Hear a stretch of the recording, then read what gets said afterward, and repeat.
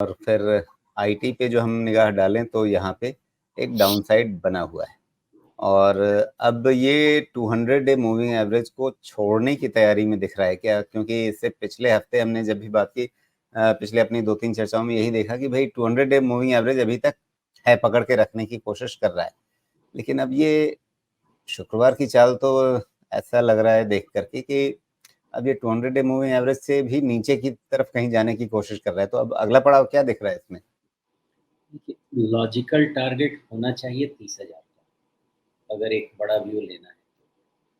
इसके लिए सबसे इम्पॉर्टेंट है कि आप मार्कर लगा लीजिए 34,325 के आसपास का जो हाई है ना ये कैंडल का। 34,300 यानी ये 25 अप्रैल वाली हाई, हाँ, 3 4 ये 3 26 अप्रैल वाली।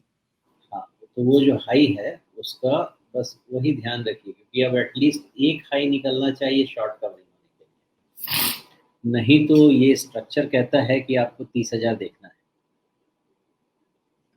ओके, तो मोटा मोटी अब ये 34,300 के आसपास यहाँ पे गाड़ी अटक रही है और उसके नीचे आप 30,000 की तरफ जाने की तैयारी में नजर आ रहे हैं। तो वैसे में क्या इसका मतलब ये है कि कम से कम जो शॉर्ट टर्म ट्रेड लेने वाले लोग हैं वो अपना आईटी वाला पोर्टफोलियो खाली कर लें? ठीक है, आईटी वाला पोर्टफोलियो तो पहले ही से खाली होना चाहिए, ट्रेड वाला, क्योंकि व्यू तो चेंज हुआ नहीं।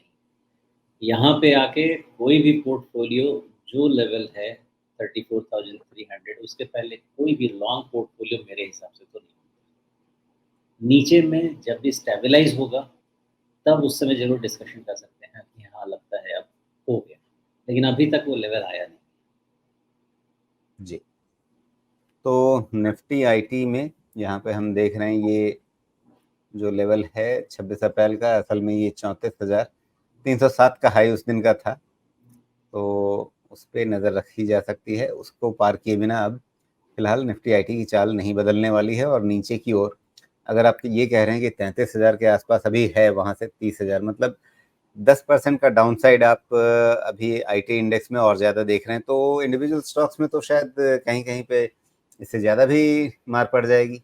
पढ़नी चाहिए राजीव जी, बिकॉज मैं ना इसका मीडियम वैल्यूएशन बेक इन करने की कोशिश कर रहा था, तो 10% के पहले मीडियम वैल्यूएशन बैठ नहीं रहा। और खासकर जिस तरह से रिजल्ट आ गए हैं और जो प्रॉस्पेक्ट्स हैं उसके हिसाब से कम 10% का वैल्यूएशन कॉम्प्रेशन होना जरूरी है। उसके बाद जो भी हो, लेकिन उतना होना चाहिए।